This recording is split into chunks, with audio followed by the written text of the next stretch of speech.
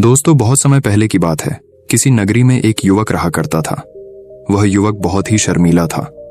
वह इतना शर्मीला था कि जब भी उसके सामने कोई नया व्यक्ति आ खड़ा होता तो वह उससे बात तक नहीं करता था। यहाँ तक कि जिन्हें वह जानता था, पहचानता था, उनसे भी बात करने में उसे बहुत शर्माया करता था। वह उनसे भी ठीक से बात नहीं कर पाता था और अपनी इस समस्या के कारण वह खुद ही बहुत परेशान रहता था, क्योंकि वह अपने जीवन में कुछ कर ही नहीं पा रहा था। धीरे धीरे समय बीतता गया और समय बीतने के साथ साथ उस युवक की शर्माने की आदत भी बढ़ती चली गई, जिसके कारण वह अत्यधिक निराश रहने लगा, परेशान रहने लगा, चिंतित रहने लगा। उसे यह समझ नहीं आ रहा था कि वह अपनी इस समस्या से किस तरह से छुटकारा पाए। उसके घर वाले भी अब उसकी इस समस्या को लेकर बहुत चिंतित रहने लगे थे। वे सोचते थे, इसका क्या होगा, ये अपने जीवन में कुछ कर पाएगा भी या नहीं। जब भी वह कहीं पर काम के लिए जाता तो लोग उसके इस सीधेपन का फायदा उठाते, उसे परेशान करते। वह कुछ ज्यादा कह नहीं पाता था, जिसके कारण उसे कोई कुछ भी कह देता और वहां से चला जाता है।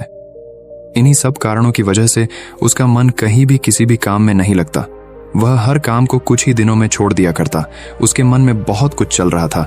उसके मन में विचारों के तूफान उठ रहे थे। वह सबसे बहुत कुछ कहना चाहता था, लेकिन अपनी इस आदत के कारण वह किसी से कुछ नहीं कह पा रहा था। वह अंदर ही अंदर घुटता जा रहा था। सारे विचार, सारी बातें उसके मन में ही दबी पड़ी थीं, लेकिन कभी भी वह किसी से भी अपने मन की बात नहीं बताता था। जब छोटा सा बच्चा था तब उसे लोग बहुत पसंद करते थे। उसकी इस आदत को भी लोग सराहते थे। लेकिन इसी आदत की वजह से जब वह बड़ा हो गया, युवा हो गया, तो इसी आदत के कारण उसे अपना जीवन जीने में भी अत्यधिक परेशानियां उठानी पड़ रही थीं और वह युवक भी अपनी इस गलती के कारण बहुत परेशान रहता। अपनी इस एक आदत से छुटकारा पाना चाहता था। वह चाहता था कि वह लोगों से अपने मन की बात खुलकर कह पाए। जो कुछ करना चाहता है, जो कुछ कहना चाहता है, वह सबसे वह खुलकर कह सके, कर सके। लेकिन जब भी कोई दूसरा उसके सामने आता तो उसकी जुबान मानो खुलती ही नहीं। यहाँ तक कि वह अपने माता पिता के सामने भी ठीक से बात नहीं कर पाता था। केवल उसके कुछ मित्र थे जिनसे वह अपने मन की बात कर पाता था। जब भी वह किसी बात का जवाब देता तो लोग उसकी हंसी उड़ाते थे, उसका मजाक बनाते। लोग कहते हैं कि आज तो तेरे मुंह में भी जबान आ गई है। यह समस्या दिन ब दिन बढ़ती चली जा रही थी और इस समस्या के कारण अब उसके पिता भी अत्यधिक चिंतित रहने लगे थे। वह चाहते थे कि उनका बेटा भी दूसरों के सामने अपने मन की बात रख सके। लेकिन एक दिन जब अपने उस बेटे को दूसरों के सामने शर्मिंदा होता हुआ देख रहे थे, तभी उन्हें बहुत क्रोध आया और वह अपने बेटे को खरी खोटी सुनाने लगे। उन्होंने उसे इतना डांट दिया कि वह युवा लड़का अत्यधिक क्रोधित हो गया और वहां से बिना कुछ कहे वहां से चला गया। शाम हो चुकी थी और अब तक उनका बेटा घर नहीं लौटा था। माता और पिता दोनों बड़े ही चिंतित थे। वे अपने बेटे को वापस घर पर देखना चाहते थे, लेकिन युवा लड़का तो भागते भागते पहाड़ की चोटी पर जा पहुंचा था। वह वहां से नीचे की ओर झांक रहा था और ईश्वर से कह रहा था, हे भगवान, आपने मुझे ऐसा क्यों बनाया? लोग मेरा मजाक उड़ाते हैं, लोग मेरी हंसी उड़ाते हैं। जब मैं इस दुनिया में अपने मन की बात रख ही नहीं सकता, मैं किसी से कुछ कह ही नहीं सकता, तो फिर मैं इस जीवन को जी कर क्या करूंगा? जब भी मैं किसी से कुछ कहने की कोशिश करता हूं तो लोग मेरा मजाक बनाते हैं, मेरी हंसी उड़ाते हैं, यहाँ तक कि वह मुझसे कुछ भी कहकर चले जाते हैं और मैं उनका जवाब नहीं दे पाता। ऐसा जीवन जीकर मुझे क्या मिलेगा? इसलिए मैं तेरे पास आ रहा हूं। इतना कहकर जैसे ही वह युवक कूदने की तैयारी कर रहा था कि तभी पीछे से आवाज सुनाई पड़ी, बेटा, जान देना तो बहुत आसान है, लेकिन इस जान को तुम वापस नहीं पा सकोगे। जैसे ही ये आवाज उसके कानों में पड़ी, वह पीछे मुड़कर देखने लगा। उसने जैसे ही पीछे मुड़कर देखा, उसने पाया कि एक बौद्ध भिक्षु उसके पीछे खड़े हैं। उन्हें देखकर वह डर सा गया और अपने कदम पीछे खींच ली और चुपचाप वहां पर खड़ा हो गया। अपनी आदत के कारण वह उनसे कुछ कह नहीं पा रहा था। तभी बौद्ध भिक्षु उस युवक से कहते हैं, बेटा, क्या बात है? आखिर तुम यहाँ पर क्या कर रहे हो और तुम अपने इस जीवन को क्यों समाप्त करना चाहते हो? ये अनमोल जीवन बहुत कम लोगों को नसीब होता है और तुम्हें यह जीवन व्यर्थ लगता है। इस पर वह युवक कहता है, नहीं नहीं, कुछ नहीं, मैं तो बस यहाँ पर खड़ा होकर देख रहा था। तभी बौद्ध भिक्षु उस युवक से कहते हैं, बेटा, मैं जानता हूं कि तुम यहाँ पर क्या करने आए थे। तुम मुझसे कुछ नहीं छुपा सकते, लेकिन मैं चाहता हूं कि तुम अपनी समस्या मुझसे खुद बताओ, तभी मैं उसका समाधान तुम्हें बता पाऊंगा। यदि तुम चाहते हो कि कोई तुम्हारी मदद करे तो उसके लिए पहले तुम्हें ही आगे बढ़ना होगा। यदि तुम चाहते हो कि मैं तुम्हारी समस्या का समाधान करूं, तो तुम्हें मुझे अपनी समस्या बतानी होगी, वरना मैं कुछ नहीं कर सकूंगा। उन बौद्ध भिक्षु की यह बात सुनकर वह युवक कहता है, नहीं नहीं, मैं ठीक हूं, मैं सच कह रहा हूं। उस युवक की यह बात सुनकर बौद्ध भिक्षु उस युवक से कहते हैं, ठीक है बेटा, यदि तुम नहीं चाहते कि मैं तुम्हारी मदद करूं तो कोई बात नहीं, मैं तुम्हारी बात पर विश्वास कर लेता हूं। लेकिन तुम्हें भी मेरी एक बात पर विश्वास करना चाहिए कि मैं तुम्हारी मदद के लिए ही यहाँ पर आया हूँ। तुम चाहो तो तुम अपनी समस्या मुझे बता सकते हो और मैं तुम्हारी इस समस्या का समाधान भी अवश्य करूंगा। इसका जवाब देते हुए युवक उन बौद्ध भिक्षु से कहता है, नहीं नहीं, मैं ठीक हूं, आप जाइए। इस पर वह बौद्ध भिक्षु उस युवक से कहते हैं, ठीक है बेटा, यदि तुम चाहते हो कि मैं यहां से चला जाऊं तो मैं यहां से चला जाता हूं, लेकिन मेरी एक बात याद रखना, मेरे जाने के बाद मैं तुम्हारी कोई मदद नहीं कर पाऊंगा और हो सकता है कि तुम्हारी मदद के लिए कोई और आगे भी ना आए। इतना कहकर बौद्ध भिक्षु पीछे की ओर मुड़े और अपने मार्ग में आगे बढ़ने लगे। वो युवक वहीं पर खड़ा होकर ये सब देख रहा था। जैसे ही वह कुछ दूर पहुंचे, तभी उस युवक ने जोर से आवाज लगाई, गुरुदेव, मेरी समस्या बहुत बड़ी है, क्या आप उसका समाधान कर सकेंगे? क्या आप मुझे उसका समाधान दे सकेंगे? यह सुनकर बौद्ध भिक्षु वहीं पर खड़े हो गए और पीछे मुड़कर उन्होंने उस युवक की बात का जवाब देते हुए कहा, बेटा, इस दुनिया में कोई भी ऐसी समस्या नहीं है जिसका कोई समाधान ना हो। यदि तुम मुझे अपनी समस्या बताओगे तो मैं उसका समाधान अवश्य करूंगा। तभी वह युवक उन बौद्ध भिक्षु से अपनी समस्या बताते हुए कहता है, गुरुवर, मेरी एक बहुत बड़ी समस्या है कि मैं शर्मिला हूं, जिसके कारण मैं किसी से कोई बात नहीं कर पाता। यहां तक कि मैं अपने मन की बात भी किसी को नहीं बता पाता। जब भी मैं किसी से बात करने की कोशिश करता हूं तो लोग मेरा मजाक उड़ाते हैं, मेरी हंसी उड़ाते हैं। जब भी मुझे कोई खरी खोटी सुनाता है, उलटी सीधी बातें करता है, तो मैं उनका जवाब नहीं दे पाता। मैं लोगों की तरह चालाक बनना चाहता हूं, लोगों की तरह बातों का जवाब देना चाहता हूं, अपने मन की बात करना चाहता हूं। मैं इस दुनिया के साथ कदम से कदम मिलाकर आगे बढ़ना चाहता हूं। क्या इसका कोई समाधान है? उन बौद्ध भिक्षु ने उस युवक की सारी बातें ध्यानपूर्वक सुनी और फिर जवाब देते हुए कहते हैं, बेटा, जरूरत से ज्यादा शर्मीला होना, इसका अर्थ यह है कि तुम्हारे अंदर कोई डर है जिसे तुम पहचान नहीं पा रहे हो, जिसका कारण उसका समाधान करने में भी असमर्थ है। शर्म करना अलग बात है और डरना अलग। जब हमारे भीतर डर होता है तब हम कहीं भी किसी से भी कोई भी बात नहीं कर सकते। हमें चारों तरफ केवल डर ही नजर आता है और हम हर जगह से डरते ही रहते हैं। लेकिन इसे शर्माना नहीं कहते। शर्म तो बस एक हद तक तुम्हें चुप रख सकता है। फिर वह बौद्ध भिक्षु उस युवक से कहते हैं, बेटा, तुम सबसे अधिक किससे शर्माते हो? युवक इसका जवाब देते हुए कहता है, गुरुवर, मुझे अपने पिता से बात करने में बहुत शर्म आती है, मैं उनके सामने कुछ बोल ही नहीं पाता।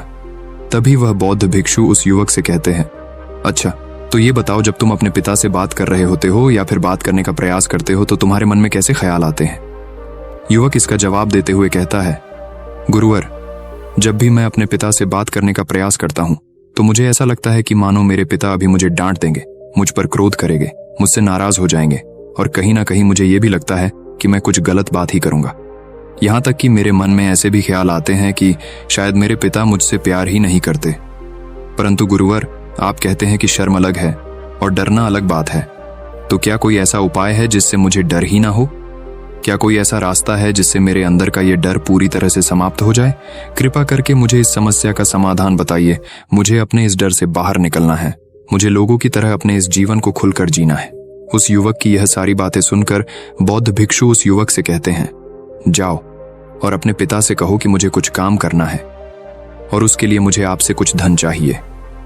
यदि तुम उनसे धन मांगने में कामयाब हो गए तो मैं तुम्हें तुम्हारी समस्या का समाधान अवश्य बताऊंगा। वह युवक काफी घबरा गया। उसने उन गुरुवर से कहा, हे गुरुवर, मुझे यह कार्य न दीजिए, मैं उनसे कुछ नहीं कह पाता। उनके सामने तो मेरी बोलती तक बंद हो जाती है। मैं उनसे धन भला कैसे मांगूंगा? ये बात सुनकर बौद्ध भिक्षु उस युवक से कहते हैं, तब तो तुम्हारी समस्या का कोई भी समाधान नहीं है और ना ही तुम कभी भी अपने जीवन को खुलकर जी पाओगे। यह बात सुनकर युवक उन भिक्षुओं से कहता है, गुरुवर्ग, ऐसा न कहे, कृपा करके मुझे कोई और कार्य बताइए, कोई ऐसा कार्य जिससे मेरे अंदर का डर पूरी तरह से समाप्त हो जाए। कोई ऐसा समाधान बताइए।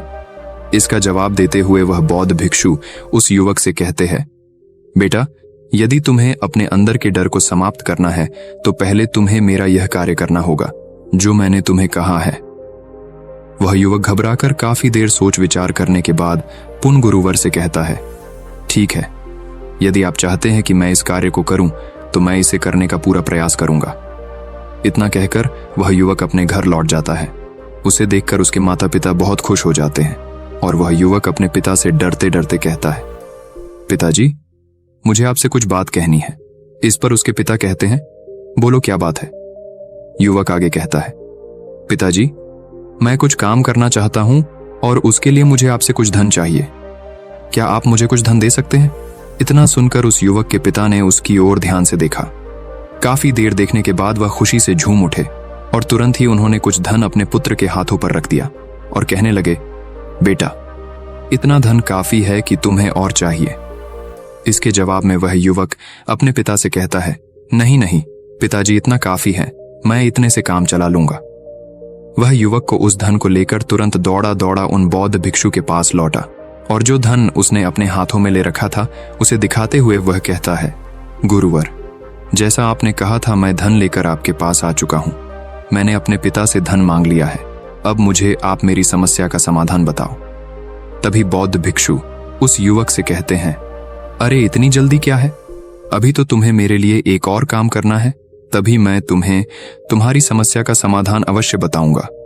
और यदि तुम मेरे लिए इस कार्य को पूरा नहीं कर सके तो मैं तुम्हें कभी भी तुम्हारी समस्या का समाधान नहीं बताने वाला।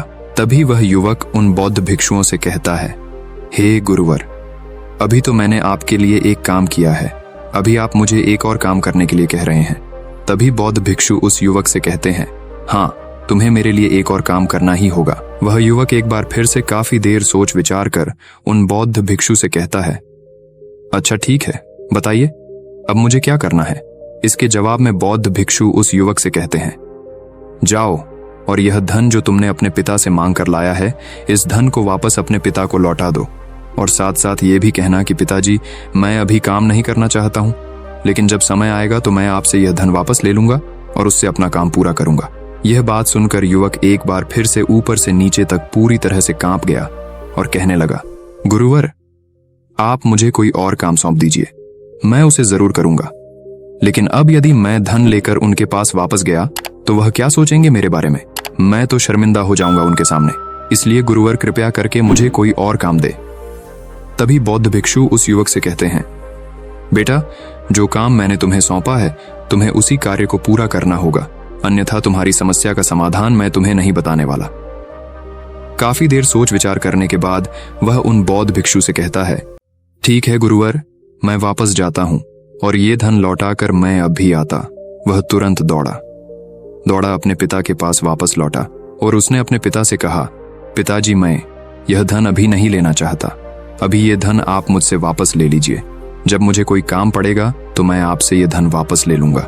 उसके पिता ने उस युवक की तरफ घूर घूर कर काफी देर तक देखा और फिर मुस्कुराते हुए कहने लगे, बेटा, मैं समझता हूं कि किसी भी काम को शुरू करने से पहले हमें उसके बारे में जानकारी इकट्ठा करनी चाहिए।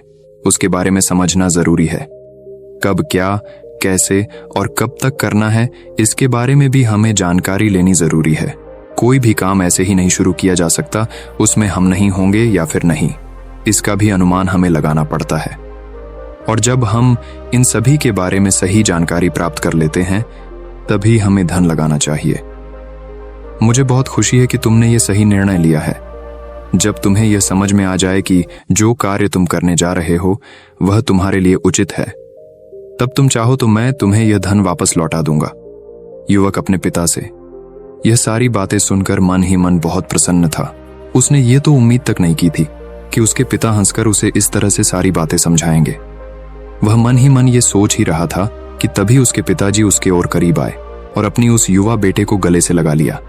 जैसे ही उसके पिता ने उस युवक को गले से लगाया, उसको बहुत अच्छा महसूस हुआ। उसका आत्मविश्वास, उसका हौसला और बढ़ता गया। उसके बाद युवक वापस पुन गुरुवर के पास लौटा और कहने लगा, गुरुवर, जैसा आपने कहा था मैंने बिल्कुल वैसा ही किया है।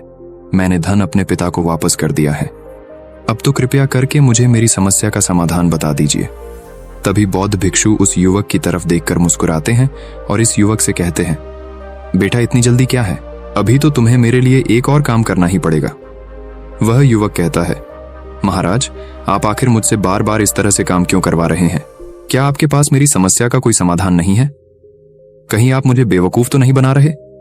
जिस तरह से लोग मुझे बेवकूफ बनाते हैं, क्या आप भी मेरे साथ वही तो नहीं कर रहे? आपने कहा जाओ अपने पिता से पैसे मांग कर लाओ, मैंने पैसे मांग कर लाए आपने।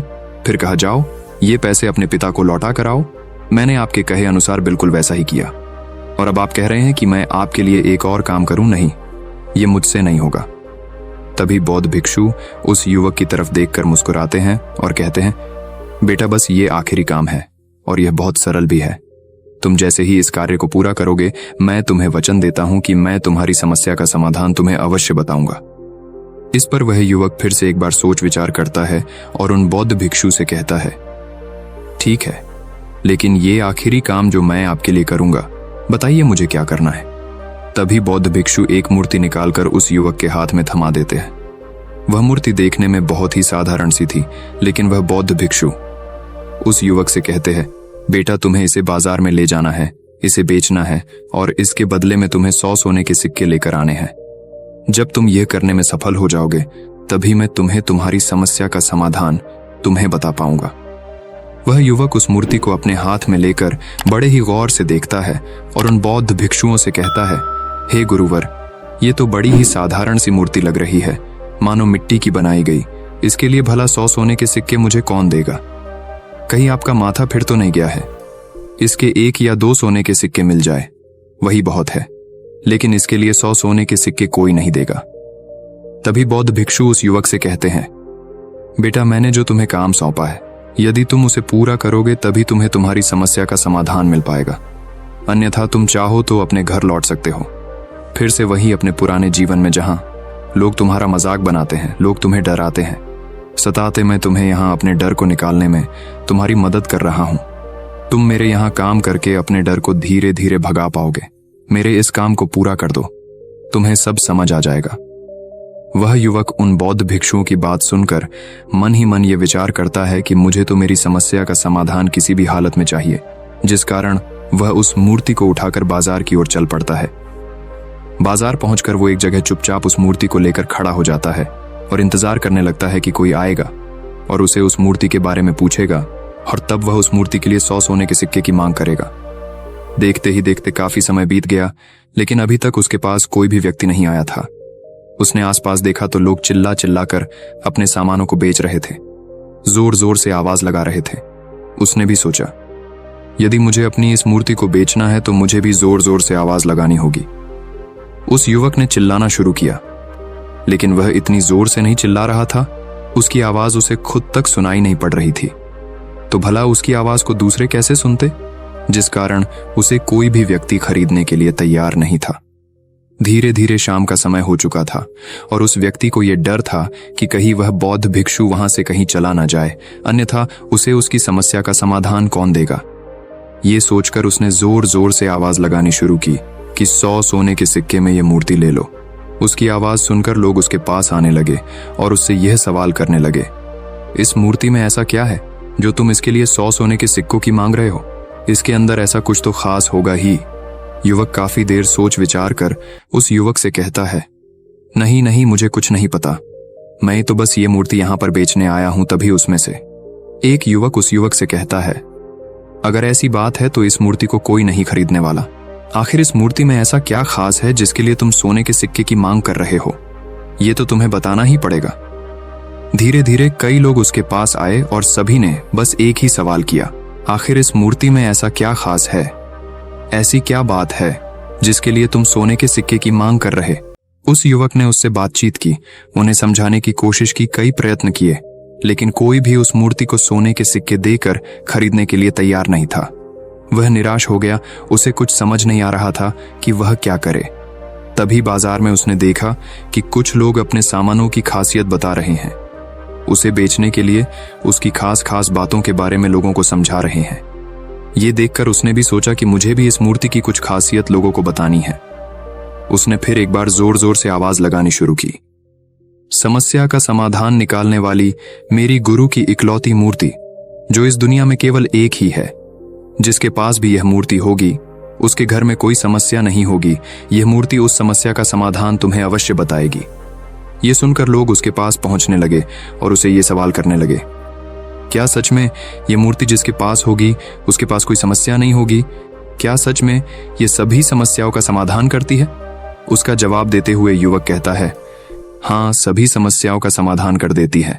यदि आप इस मूर्ति को ले जाते हैं, आपके घर में कोई भी समस्या होगी तो उसका समाधान यह आपको अवश्य बताएगी। चाहे कोई भी समस्या हो, कैसी भी समस्या हो, कैसी भी परिस्थिति हो, आपको इसका समाधान अवश्य मिलेगा। इतना सुनने के बाद अब वही एक मूर्ति सबको चाहिए थी, उस मूर्ति के दाम लगाने लगे। कोई उसे 200 सोने के सिक्के, तो कोई 400, कोई 6, 7, तो कोई 1000 सोने के सिक्के देने के लिए तैयार था। उस मूर्ति की कीमत लगातार बढ़ती जा रही थी। जैसे जैसे लोगों को पता चलता जा रहा था कि ये मूर्ति लोगों की समस्या का समाधान करती है, लोग उसे किसी भी कीमत पर खरीदने के लिए तैयार हो गए थे। अब वह युवक भी आत्मविश्वास के साथ और जोर से चिल्ला रहा था, लोगों को उस मूर्ति के बारे में समझा रहा था, बता रहा था। अब उसके मन में कोई डर नहीं था। वह लोगों को उस मूर्ति के बारे में पूरे आत्मविश्वास के साथ बिना घबराए उस मूर्ति की खासियत बताने में लगा हुआ था, जिसके कारण लोग उस पर भरोसा कर रहे थे और वह भरोसा लोगों की नजरों में नजर भी आ रहा था। जैसे जैसे अंधेरा होता गया, लेकिन लोगों की भीड़ मानो कम होने का नाम ही नहीं ले रही थी। लोग उस मूर्ति को खरीदना चाहते थे। उस युवक ने जोर से आवाज लगाई कि मुझे क्षमा करे, यह मेरे गुरु की मूर्ति है और मैं इसे बेचना नहीं चाहता। इतना कहकर वह युवक उस मूर्ति को लेकर वापस खाली हाथ लौट आया और उन गुरुवर के पास पहुंचा और उन गुरुवार से कहने लगा, हे गुरुदेव, आपका बहुत बहुत धन्यवाद। इस मूर्ति ने मेरी समस्या का समाधान कर दिया। मुझे समझ में आ गया कि मेरी क्या समस्या थी। हालांकि मैं इसे बेचकर सोने के सिक्के तो आपके लिए नहीं ला पाया, लेकिन मुझे मेरी समस्या का समाधान अवश्य मिल गया।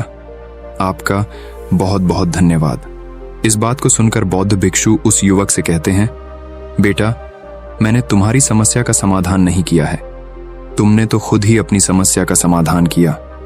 अपनी समस्या तुमने खुद ही सुलझा ली है। तुम्हारे मन में हजारों सवाल थे, मैं ये करूंगा तो लोग मेरे बारे में क्या सोचेंगे, यदि मैं अपना मुंह खोलूंगा तो लोग मेरे पर हंसेंगे, यदि मैंने मुंह खोला तो मैं कुछ गलत ही करूंगा। ऐसे कई सारे विचार तुम्हारे मन में थे, ऐसे कई सारे डर तुमने अपने मन में पाल रखे थे। लेकिन जब इस मूर्ति के बेचने के दौरान तुमने उन हजारों लोगों का सामना किया, उनके सामने खुलकर अपनी बात रखी, उनके सामने खुलकर वह कहा जो तुम्हें कहना था, तो तुम्हारे मन का डर खुद समाप्त हो गया। जिसे तुम शर्मा ना कहते थे, वो अपने आप ही तुम्हारे भीतर से कहीं गायब हो गया। युवक अपने गुरु की यह बात सुनकर अपने गुरुवार से कहता है, गुरुवर, आप सही कहते हैं। आपने आज मेरे मन में वो विश्वास जगा दिया है जिसे मैं अब अपने जीवन में कुछ भी हासिल कर सकता हूं। आपका बहुत बहुत धन्यवाद। डर को धीरे धीरे खत्म करने से ना ही आपको शर्म आएगी और ना ही डर लगेगा, और जब आपके भीतर का डर हमेशा के लिए समाप्त हो जाएगा तो आप अपने जीवन में जो भी कुछ करना चाहते हैं, जो भी कुछ पाना चाहते हैं, उसका रास्ता आपके लिए पूरी तरह से साफ हो जाएगा और आप अपने मार्ग पर तेजी से आगे की ओर बढ़ने में सक्षम भी हो जाएंगे। इसलिए लोग क्या कहते हैं, क्या कहेंगे, ये सब छोड़ दीजिए और खुद पर विश्वास कीजिए, क्योंकि आप ही हैं जो अपने इस डर का सामना कर सकते हैं। दोस्तों, सच्ची श्रद्धा से कमेंट में नमो बुद्धाय जरूर लिखिएगा। इस वीडियो को लाइक करें तथा अपने दोस्तों के साथ शेयर करें और हमें सब्सक्राइब करना ना भूलें। और हाँ, इस वीडियो से कोई भी सवाल है तो आप कमेंट में पूछ सकते हैं। अगर कोई नहीं है तो आप कमेंट में नमो बुद्धाय लिखना ना भूलें, क्योंकि आपकी कमेंट से हमें वीडियो बनाने का मोटिवेशन मिलता है। धन्यवाद।